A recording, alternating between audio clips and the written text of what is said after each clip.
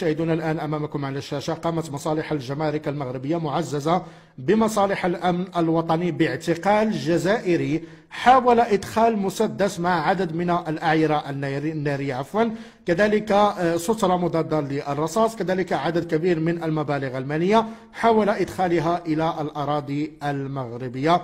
ونعم متابعينا الكرام، هذه المسألة الآن أصبحت عيني عينك، أصبحت بالواضح، أصبحنا نراها بالشكل الواضح. نظام حضارة الجزائر يحاول أن يقوم باستهداف الأمن والاستقرار ديال المملكة المغربية عن طريق هذه الخلايا النائمة اللي كيصيفطهم للمغرب، وخصوصا هذوك اللي كيجوا من أوروبا اللي كيحملوا الجنسية الجزائرية، اللي عدد كبير منهم كيكونوا عملاء للنظام الجزائري كيحاول يدخلهم من أجل استهداف المغرب. واليوم نراها بالشكل الواضح، جزائري حاول على أنه يدخل مسدس وكذلك سترة مضادة للرصاص في السيارة ديالو، على أساس أن الجمارك ما غاديش يعيقوا به، وعلى أساس أن السلطات المغربية ما غاديش يعيقوا به. وهنا بطبيعة الحال نوجه التحية الخالصة لمصالح الجمارك والأمن الوطني اللي بطبيعة الحال قاموا بضبط واحتجاز وحجز هاد يعني المعدات، هذا المسدس، سترة مضادة للرصاص، عدد من الذخيرة ضمن هذه السيارة ديال هذا الجزائري الذي تم اعتقاله. وكما أضاف أحد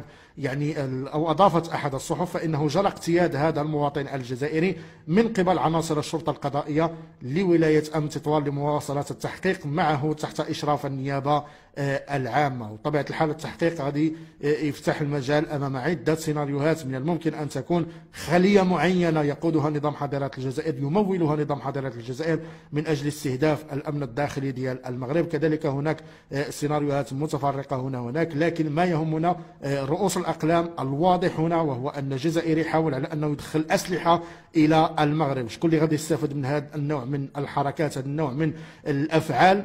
نظام حضارة الجزائر. وحنا عارفين على أنه كيحاول في كل مرة وغادي يزيد يحاول على أنه يستهدف الأمن والاستقرار ديال المملكة المغربية، خصوصا أن المغرب اليوم مقبل على تنظيم تظاهرات كبرى مثل كأس إفريقيا مثلا ديال 2025. هذا الشيء علاش السلطات الأمنية خصها ترفع درجة اليقظة والحذر، خصوصا في المنافذ الحدودية، لأنه يمكن على أن مساخة الوالدين يحاولوا يديروا كل ما هو ممكن باش أنهم يفشلوا التنظيم ديال الكأس إفريقيا 2025، ولا أنهم يحاولوا يقوموا باستهداف الأمن والاستقرار ديال المملكة المغربية بالتزامن مع هذا يعني التنظيم. لكن في نهاية المطاف بطبيعة الحال نحن نؤمن على أن كل هذه المحاولات غادي تفشل، نؤمن كذلك ونثق في السلطات المغربية يعني المؤسسات الأمنية والعسكرية على أنها تقوم بالواجب تماما كما حدث صباح اليوم من اعتقال هذا المواطن الجزائري الذي حاول إدخال أسلحة إلى المغرب كما شاهدتم في الصور.